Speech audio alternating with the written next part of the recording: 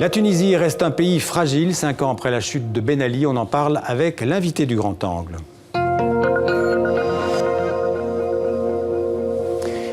Cet invité, c'est Riyad Sidaoui qui est avec nous au duplex de Genève. Bonsoir. Bonsoir. Alors vous êtes le directeur du CARAPS, c'est le Centre arabe de recherche et d'analyse politique et sociale. Vous êtes journaliste, écrivain, politologue. Vous êtes né en Tunisie, vous vivez en Suisse donc, et vous avez aujourd'hui la double nationalité. Alors Riyad Sidaoui, d'abord la Tunisie aura bientôt un nouveau gouvernement dirigé par un homme de 40 ans, Youssef Chahed. C'est une bonne nouvelle pour la Tunisie ? C'est une bonne nouvelle dans la mesure que c'est un jeune, parce que la révolution tunisienne est une révolution des jeunes, et puis guidée que ce que nous appelons les deux cheikhs, ça veut dire les deux vieux, Bajik Kais Sebsi qui a presque 90 ans, et Ranouchi aussi qui a dépassé largement, voilà qui est le président, Ranouchi l'islamiste qui a dépassé 70 ans, sont les deux cheikhs de la Tunisie. Donc cette jeunesse qui a fait une révolution, qui a déclenché une révolution, cette classe moyenne et classe défavorisée se trouve très très loin. Aujourd'hui, quand on voit un chef de gouvernement jeune, c'est une bonne nouvelle. D'ailleurs, ce que j'ai lu dans la presse tunisienne, qu'on va voir à la fois beaucoup de jeunes et beaucoup de femmes dans le gouvernement tunisien, ce qui est rassurant sur ce plan. Alors, il sera jeune, certes, mais est-ce que ce sera vraiment le nouvel homme fort du pays ou simplement le Premier ministre en titre ? Bon, il faut savoir ce qui s'est passé en Tunisie. Pour le bilan de M. Sid, on a eu un excellent succès sécuritaire depuis le début de l'année 2016. Ça veut dire depuis 2016, on n'a pas eu des attentats spectaculaires. Ramadan est passé bien sans attentats terroristes. Et surtout, la saison touristique déroule jusqu'à maintenant en excellente position. Ça veut dire qu'on n'a eu aucun problème. Mais sur le plan économique, avouons-le, c'est catastrophique. Le dinar tunisien a beaucoup perdu de sa valeur. Les investissements, ça ne fonctionne pas. Le phosphate ne s'exporte pas. Les touristes occidentaux aussi, malheureusement, j'étais en Tunisie à Sousse. J'ai vu des touristes russes, algériens, mais pas trop de nos amis français, allemands, anglais. Donc, ouais. Riyad Sidaoui, vous avez évoqué Bajik Kais Sebsi, qui est le président en titre. Il a 89 ans, vous l'avez dit. Donc le système politique tunisien, c'est un système avec un double exécutif, un président et un premier ministre. Il y a aussi l'Assemblée parlementaire qui a beaucoup de pouvoir. Est-ce qu'on peut dire qu'aujourd'hui, ce système politique tunisien est bloqué ? Oui, c'est très complexe ce système parce que c'est un système parlementaire. En principe, c'est le gouvernement qui forme les gouvernements. Et le Parlement tunisien, on n'a pas un parti majoritaire, on n'a pas un parti politique qui a gagné et qui pourrait tout seul, comme Erdogan ou autres en Turquie, former son propre gouvernement. Donc on doit passer par des coalitions et là les coalitions sont contradictoires. Vous avez les deux qui dirigent l'ancienne coalition et peut-être aussi l'actuelle, Nida Tounes, le libéral-démocrate, et Ennahda, les islamistes. Ils étaient les ennemis d'hier. Ils ont mobilisé leur base électorale l'un contre l'autre en 2014. Et finalement, aujourd'hui, ils sont des alliés. Même la base électorale de Nida ou des islamistes de Ennahda est choquée jusqu'à maintenant, ne comprennent pas pourquoi. Ils me disent carrément, nos voix ont été trahies. Comment il y a eu cette campagne entre ces deux ennemis, comment d'un coup ils deviennent des amis, même des alliés. La Tunisie a été dans un clivage. Si je finis cette idée, la Tunisie a vécu un clivage assez fort entre ce que nous appelons islamistes et laïcs. Aujourd'hui, je pense qu'elle est en train de revenir à un clivage normal comme l'Europe ici, ça veut dire entre droite et gauche. En même temps, quand on voit ça de l'extérieur, on a l'impression que depuis plusieurs années, la politique en Tunisie se résume à des guerres de pouvoir entre clans, des guerres à géométrie variable. Est-ce que c'est ça aujourd'hui la politique tunisienne ? Malheureusement, relativement oui. Il y a les hommes d'affaires qui jouent un grand rôle dans tous les partis politiques, excepté les partis de gauche, notamment le Front populaire. Ils ont un rôle à jouer. Et surtout, comme j'ai dit, finalement, on a fait la révolution. Pourquoi ? Personnellement, dans mes livres ou mes participations dans les médias tunisiens, j'ai demandé la démocratie sociale pour la Tunisie et non la démocratie néolibérale à l'américaine. Parce qu'en Tunisie, on n'a pas l'État-providence. Ça veut dire que les problèmes socio-économiques vont persister. Les zones de l'intérieur vont continuer à se révolter, vont poser toujours la question, et alors pourquoi on a fait une révolution ? On a levé comme slogan « Travail, liberté, dignité nationale ». C'est vrai, il y a la démocratie aujourd'hui en Tunisie, la liberté d'expression, mais on est dans un système néolibéral à l'américaine et pas, par exemple, à la française ou à la suisse ou à l'européenne. Ça veut dire qu'il n'y a pas d'État-providence, il n'y a aucun contrat social entre les citoyens et l'État, il n'y a que le contrat politique. Ça veut dire je participe aux élections et puis au revoir et merci. Merci. Riyad Sidaoui, est-ce que les Tunisiens ont encore confiance aujourd'hui dans leur classe politique ?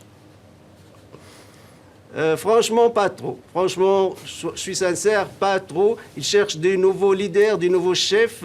Les chefs de la révolution tunisienne, c'était des inconnus, même des jeunes inconnus. Ils sont écartés par le pouvoir de l'argent, le pouvoir du capitaux tunisien qui tire les ficelles aujourd'hui. Donc, je vois mal de parler d'optimisme vis-à-vis, en tout cas, des deux grands partis politiques, les deux partis de droite, le parti libéral-démocrate Nida Tounes et le parti islamiste Al-Nahda, qui sont en train de partager le gâteau. Les jeunes Tunisiens aujourd'hui, ils disent, ces professionnels de politique sont en train de partager le gâteau du pouvoir et nous ont même mobilisés. Nous étions même dans un conflit total affreux en 2014, islamistes contre laïcs, et aujourd'hui, ils règnent ensemble afin de partager ce gâteau du pouvoir. D'ailleurs, oui, dites-moi. Oui. Avant de parler des islamistes, d'abord, quels sont pour vous les plus grands défis auxquels le nouveau gouvernement tunisien va être confronté? C'est la question de l'économie, c'est le chômage, c'est la lutte contre le terrorisme. Quels sont les défis principaux?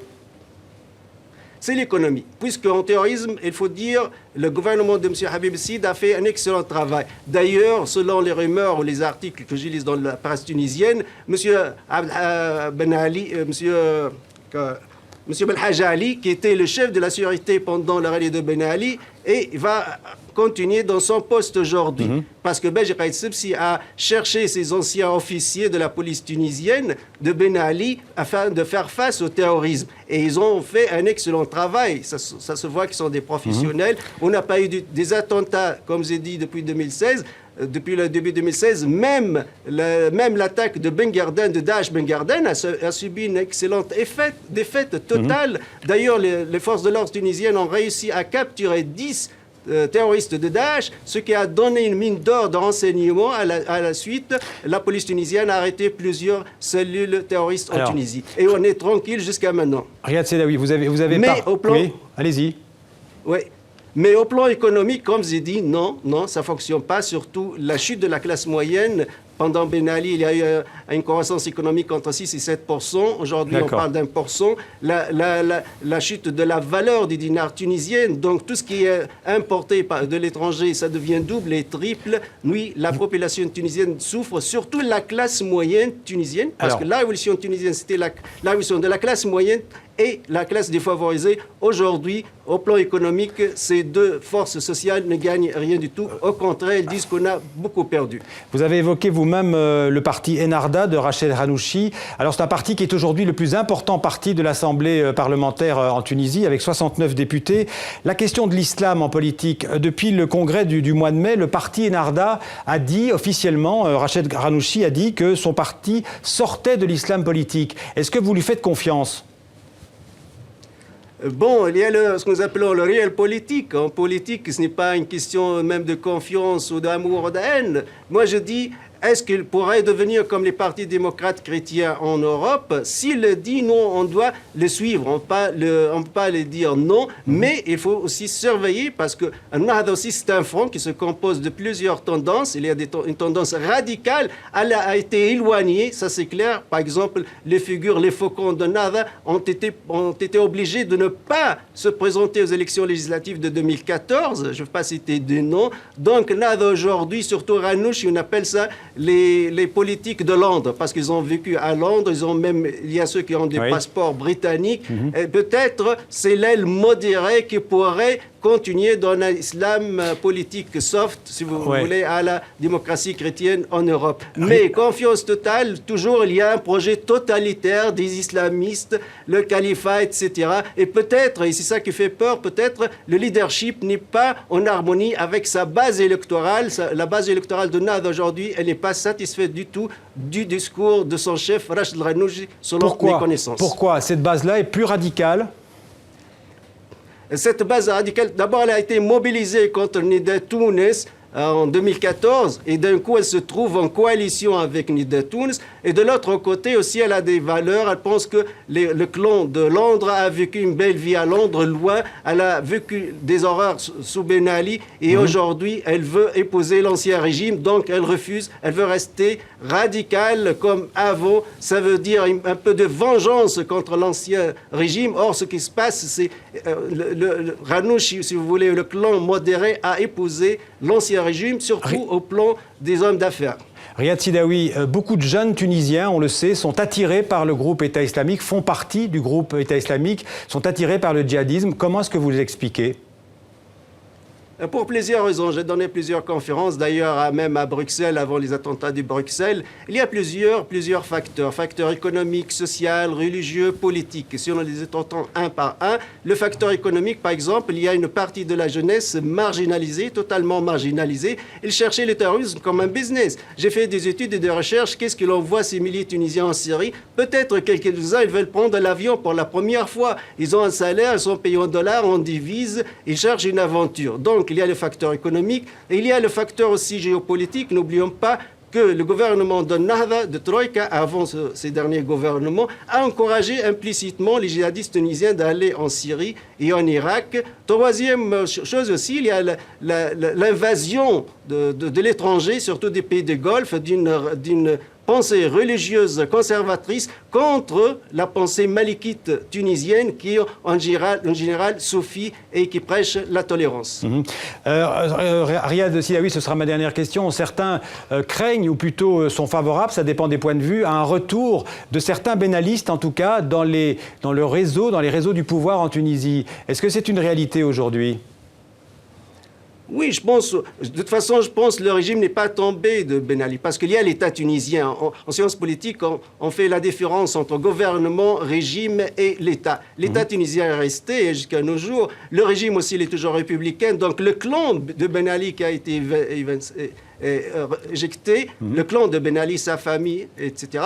Mais comme j'ai dit, par exemple, les purges au sein du ministère de l'Intérieur, aujourd'hui, leur pouvoir regrette. Il a réhabilité plusieurs officiers, d'où le succès antiterroriste. D'ailleurs, dans ce gouvernement, on a des figures aussi de Ben Ali. Moi, je pense que les islamistes de la Tunisie ont épousé l'ancien régime qui se renouvelle aussi, mais avec une démocratie libérale, avec une liberté d'expression.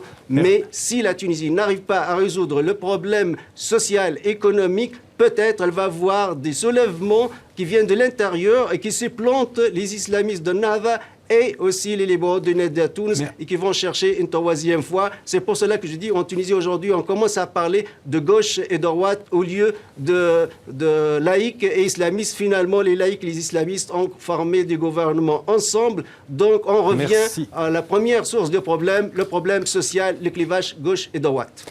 On vous a bien compris. Merci Riyad Sidaoui, donc en direct, en duplex de Genève. Merci d'avoir expliqué ce qui s'était passé, en fait, ce bilan de 5 ans et demi après la chute de Ben Ali en Tunisie. Merci beaucoup.